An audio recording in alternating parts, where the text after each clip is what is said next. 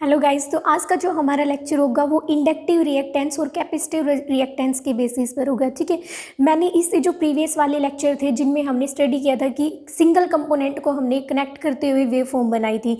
जैसे कि मैंने ये बताया था कि आपको कोई भी एक सिंगल सर्किट ले रखी है, उसमें एक रेजिस्टेंस को कनेक्ट किया था ना एसी सोर्स से, या फिर आपके पास कैपेसिटर को कनेक्ट किया था एसी सोर्स से, या फिर आपको इंडक्टर को कनेक्ट किया हुआ था एसी सोर्स से। ठीक है, ये मैंने तीनों सर्किट्स के बारे में स्टडी करवाया था आपको, सिंगल कंपोनेंट्स को कनेक्ट करके इनके लिए हमने वेव फॉर्म ड्रॉ की थी।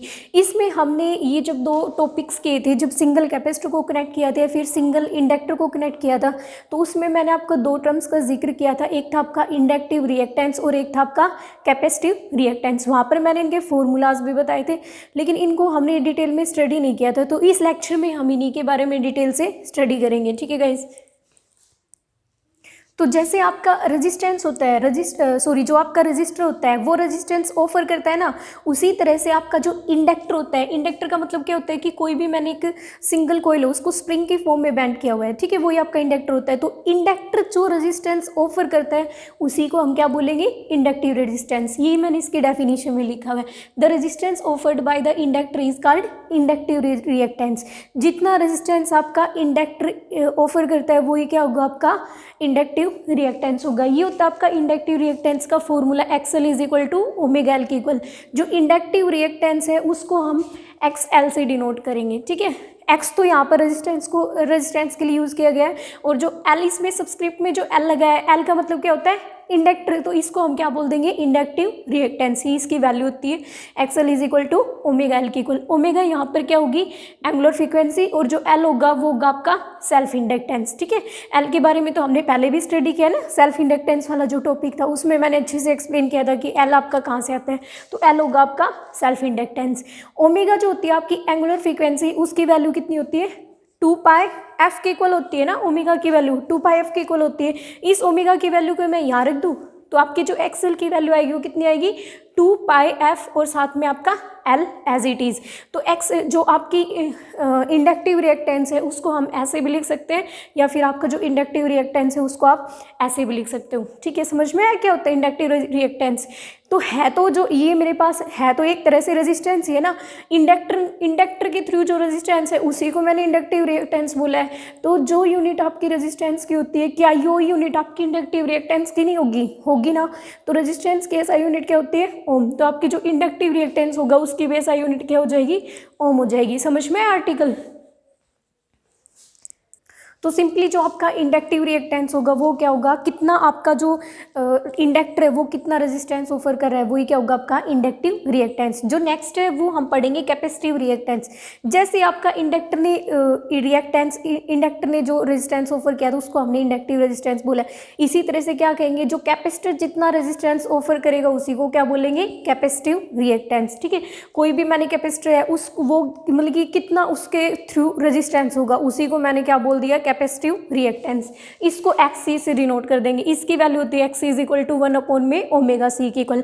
आपको सिंपली ये फॉर्मूले ध्यान रख ले मेनली। तो जो एक्सएल की वैल्यू होती है वो तो ओमेगा एल के इक्वल होती है, और जो आपकी एक्सी की वैल्यू होगी वो किसके इक्वल होगी, 1 में ओमेगा सी के इक्वल। ठीक है, अब इसी तरह जिसमें हमने यहाँ पर omega is equal to 2 pi F यहाँ पर पुट किया था ना ओमेगा की जगह, इसमें भी पुट कर दो ओमेगा की जगह 2 पाई एफ, तो क्या आपकी ये वाली क्वांटिटी नहीं आ जाएगी ना।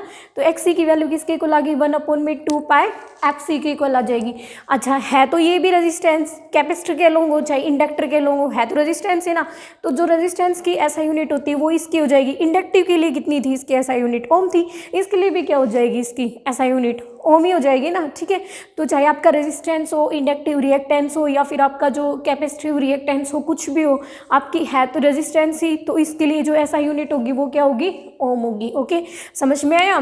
तो आपका इंडक्टर के अक्रॉस जितना रेजिस्टेंस है उसको क्या बोलेंगे, इंडक्टिव रिएक्टेंस, और जितना रेजिस्टेंस आपके कैपेसिटर के अक्रॉस है उसको हम क्या बोल देंगे, कैपेसिटिव रिएक्टेंस। ठीक है, इंडक्टिव रेजिस्टेंस को एक्सएल से डिनोट करते हैं। एक्सएल की वैल्यू किसके इक्वल होती है, ओमेगा एल के इक्वल। जो कैपेसिटिव रिएक्टेंस होता है उसको हम ओमेगा सी से डिनोट कर देंगे, और ओमेगा सी की वैल्यू कितनी होती है, 1 में ओमेगा सी के इक्वल। ठीक है, इसके बाद एक क्वेश्चन गिवन है, पूछ लेते हैं कई बार ये क्वेश्चन कि why capacitor block the DC. जो आपका कैपेसिटर होता है वो डीसी करंट को क्यों ब्लॉक करता है, मतलब कि जो आपका डायरेक्ट करंट होता है उसको कैपेसिटर ब्लॉक क्यों करता है। तो मैंने आप लोगों को एक आर्टिकल पढ़ाया था कैपेसिटर वाला, उसमें मैंने बताया था कि जो कैपेसिटर होता है उसके केस में फ्रीक्वेंसी की वैल्यू ज़ीरो होती है। ठीक है, लिखवा रखा होगा मैंने, एक बार पीछे देखना, पीछे वाले लेक्चर्स में किसी में, तो उसी टर्म का हम यहाँ पर यूज़ करेंगे। तो देखो ये ग्राफ होता है डायरेक्ट करंट के लिए, करंट और टाइम के बीच में ये ग्राफ होता है ना डायरेक्ट करंट का, ठीक है, क्योंकि ये तो इस पर टाइम पे डिपेंड ही नहीं करता, टाइम के साथ करंट की वैल्यू वेरी नहीं करती। डायरेक्ट करंट का मतलब क्या होता है कि फिक्स होती है, स्टेडी करंट होता है, इसकी वैल्यू फिक्स होती है, टाइम के साथ चेंज नहीं होती। तो ग्राफ तो आपको समझ में आ गया होगा। अब कैपेसिटर की बात कर रहे हैं, ठीक है, तो अगर कैपेसिटर की बात कर रहे हैं तो क्या होगा, कैपेसिटिव रिएक्टेंस की वैल्यू लिखूँ XC इज इक्वल टू 1 में ओमेगा C, ठीक है, ओमेगा की वैल्यू 2π/f की इक्वल 2πfc, या फिर आप यहाँ से डायरेक्ट फॉर्मूला लिख दो XC इज इक्वल टू 1 में 2πfc के इक्वल। अब जो कैपेसिटर होता है उसके लिए फ्रीक्वेंसी की वैल्यू कितनी होती है, 0 होती है, क्योंकि इसमें टाइम के साथ इसका करंट का कोई वेरिएशन ही नहीं हो रहा। और फ्रीक्वेंसी क्या होती है कि 1 सेकंड में कितनी नंबर ऑफ ऑसिलेशंस कंप्लीट होती है, तो इसमें ऑसिलेशंस तो हो ही नहीं रही, कंप्लीट कहाँ से होंगी, तो इसमें फ्रीक्वेंसी की वैल्यू कितनी होगी, 0 होगी। पुट करना एक बार इसमें एक्स वाले टर्म में, x इज इक्वल टू 1 में 0 और समथिंग अपॉन 0 क्या होता है, इन्फिनिटी। अरे किसी भी टर्म के अगर अपोन में 0 है, डिनोमिनेटर में अगर 0 है तो वो टर्म क्या आएगी, इन्फिनिटी के इक्वल आ जाएगी, ठीक है। समथिंग अपॉन 0 हमेशा इन्फिनिटी के इक्वल होता है। इसका मतलब जो आपका रेजिस्टेंस होगा, कैपेसिटिव जो रिएक्टेंस की वैल्यू आई है वो कितनी आई है, इन्फिनिटी के इक्वल आ गई। और जब किसी भी कंपोनेंट का अगर रेजिस्टेंस इन्फिनिटी आ जाता है तो क्या वो आगे करंट पास होने देगा, ऑब्वियसली नहीं होने देगा। तो इसका मतलब इसका रिएक्टेंस कितना आ गया, इन्फिनिटी आ गया कैपेसिटर के अलोंग रेजिस्टेंस। और अगर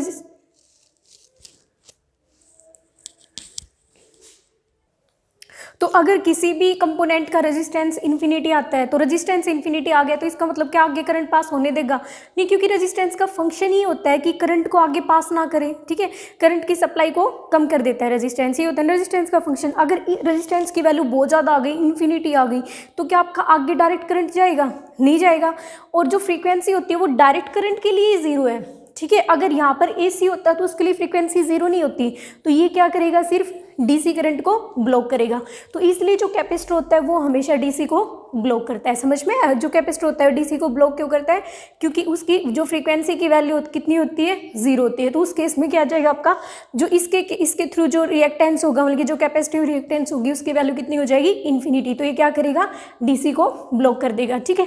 समझ में, क्या आपका इंडक्टिव रिएक्टेंस होता है, क्या कैपेसिटिव रिएक्टेंस होता है, और जो कैपेसिटर होता है वो DC को ब्लॉक क्यों करता है, ठीक है। Thank you.